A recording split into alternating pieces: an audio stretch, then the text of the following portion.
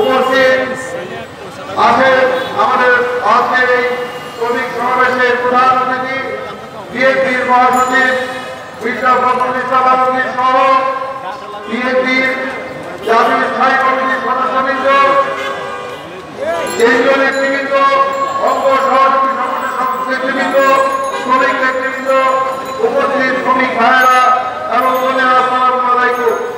বক্তব্য রাখার কিছু নাই, শুধু একটু বলতে চাই, আজকে মে দিবস পালিত হচ্ছে এমন একটি পরিবেশে যখন বাংলাদেশে গণতন্ত্রের কোন লেশমাত্র নাই, মানুষের অধিকার নাই এবং একটি ফ্যাসিবাদী শাসন চলছে।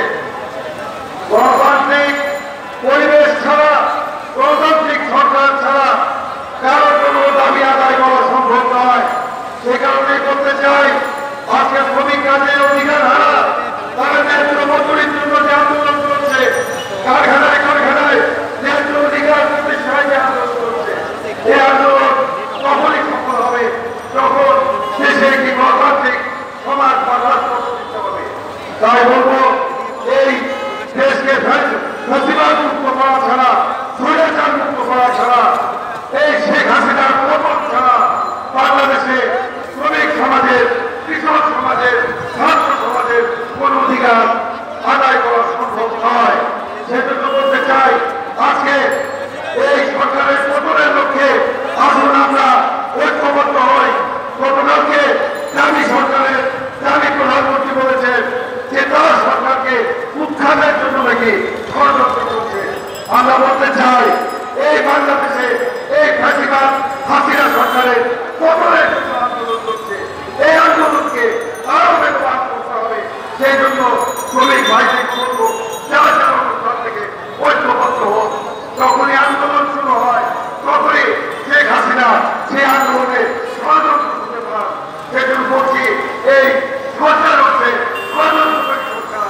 এই সরকার ষড়যন্ত্র করে ক্ষমতায় আসে 7 জানুয়ারি জারি নির্বাচন করে ক্ষমতায় এসেছে, চেপে বসেছে।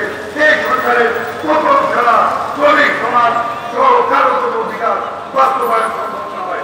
আসুন এই অধিকার আদায়ের জন্য আমরা এই হাসিনা সরকারের পতন নিশ্চিত করি এবং দীর্ঘদিন সরকারের অধীনে আমরা নির্বাচনের সাথে আদায় করি। সকলকে সেই আহ্বান জানিয়ে আমি আমার বক্তব্য শেষ করছি। আল্লাহ হাফেজ। বাংলাদেশ জিন্দাবাদ। শহীদ প্রেসিডেন্ট জিয়াউর রহমান হল দেশ ব্যক্তি এবং খালেদা জিয়া জিন্দাবাদ। তারেক রহমান জিন্দাবাদ। বন্ধুরা, শ্রমিক সমাবেশে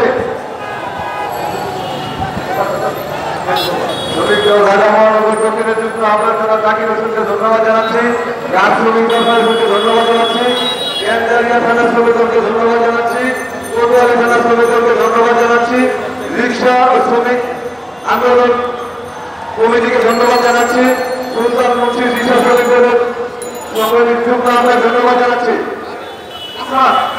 এই পর্যায়ে শ্রমিক সমাবেশের সম্পর্কে প্রকাশ করে বক্তব্য নিয়ে আসেন বাংলাদেশ